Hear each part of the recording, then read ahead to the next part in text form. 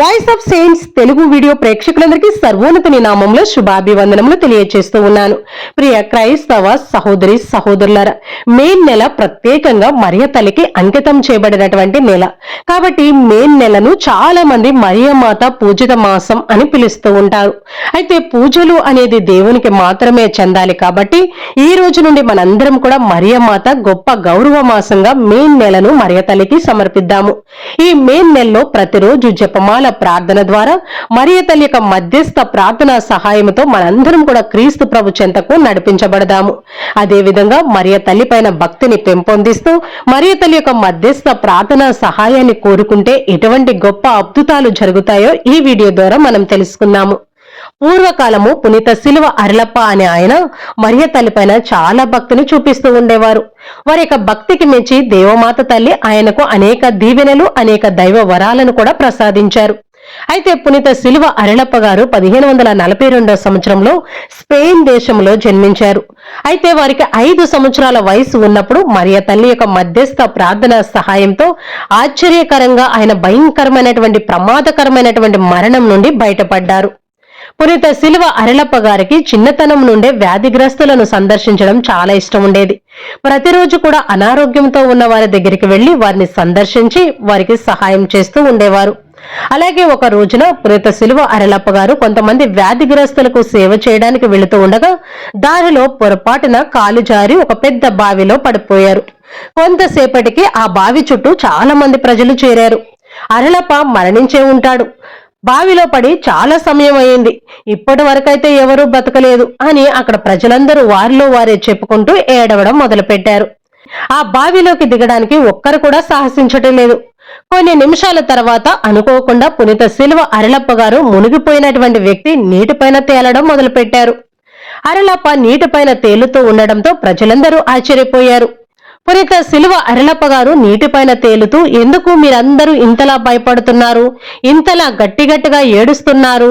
ఇంకా మీ వేడుపులన్నీ ఆపి ఒక తాడును బావిలోకి ఇసిరండి, నాకే అపాయము జరగలేదు, నేను తాడు సహాయంతో పైకొచ్చేస్తాను అని బావిలో నుంచి గట్టిగా అరిచి పైనున్న ప్రజలకు చెప్పారు. వెంటనే కొంతమంది ప్రజలు వెళ్లి ఒక పొడవంటి పెద్ద తాడును తీసుకొచ్చి బావిలోకి విసిరారు. శిలువ అరళప్ప గారు ఆ తాడును పట్టుకొని తాడు సహాయంతో ఒడ్డుకి చేరారు. వెంటనే ప్రజలందరూ శిలువ అరళప్ప గారు చుట్టూ చేరి, అసలు ఆ బావిలో నువ్వు ఎలా పడ్డావు, బావిలో ఏం జరిగింది, ఆ బావిలో పడిన వారు ఇంతవరకు ఎవరు కూడా ప్రాణాలతో తిరిగి బయటకు రాలేదు, కానీ నువ్వు ఎలా బ్రతకగలిగావు అని ప్రజలందరూ ప్రశ్నల పైన ప్రశ్నలు వేస్తూ ఉన్నారు. అప్పుడు శిలువ అరళప్ప గారు ఆ బావిలో జరిగిన సంగతులను ఇలా చెప్పారు. నేను ఆ బావిలో ఎలా పడ్డానో నాకు తెలియదు, కానీ బావిలోకి పడగానే తెల్లటి వస్త్రాలు ధరించిన ఒక స్త్రీమూర్తి నన్ను తన చేతులతో ఎత్తి పట్టుకున్నారు. నేను నీటిలోకి మునిగిపోకుండా ఆమె నన్ను తన చేతులతో ఎత్తుకొని కాపాడారు అని చెప్పారు. అది విని ప్రజలందరూ ఆశ్చర్యపోయారు. నిజంగానే దేవమాత తల్లి తన భక్తులను కాపాడుకుంటారు అని ఒకరితో ఒకరు చెప్పుకోవడం మొదలుపెట్టారు. ఆ మాటలు విని శిలువ అరళప్ప గారు ఆ రోజు నుండి మరియ తల్లి పైన ఇంకాస్త ఎక్కువ భక్తిని పెంపొందించుకున్నారు. దేవమాత తల్లికి కృతజ్ఞతా వందనాలు తెలియచేసుకుని వారి యొక్క పూర్తి జీవితాన్ని దేవునికి సమర్పించుకొని కార్మెల్ సభను స్థాపించి కార్మెల్ సభలోనే ఆయన గురువుగా అభిషేకం పొందారు. మరియ తల్లి పైన అందరూ భక్తి కలిగి ఉండాలి అని గొప్ప గొప్ప ప్రసంగాలు చేయడం మొదలుపెట్టారు. క్రీస్తు ప్రభుని తిరు రక్త శిలువ పాటల గురించి ఆయన చాలా పుస్తకాలు రాశారు. అందువల్లనే వీరిని శిలువ అరళప్ప అని పిలుస్తూ ఉంటారు. ఈ విధంగా పునీత శిలువ అరళప్ప గారు వారి యొక్క పూర్తి జీవితాన్ని మరియ తల్లికి దేవునికి సమర్పించుకున్నారు. ఒంటరిగా ఒకటే రూమ్ లో 9 నెలల పాటు ఆయన గడిపి దేవుని యొక్క దర్శనాలు చూశారు.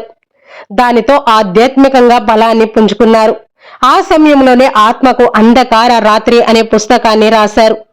ఆ తర్వాత ఆధ్యాత్మిక గీతము, ప్రేమ యొక్క సజీవ వెలుగు వంటి పెద్ద పెద్ద పుస్తకాలను ఆయన రాశారు.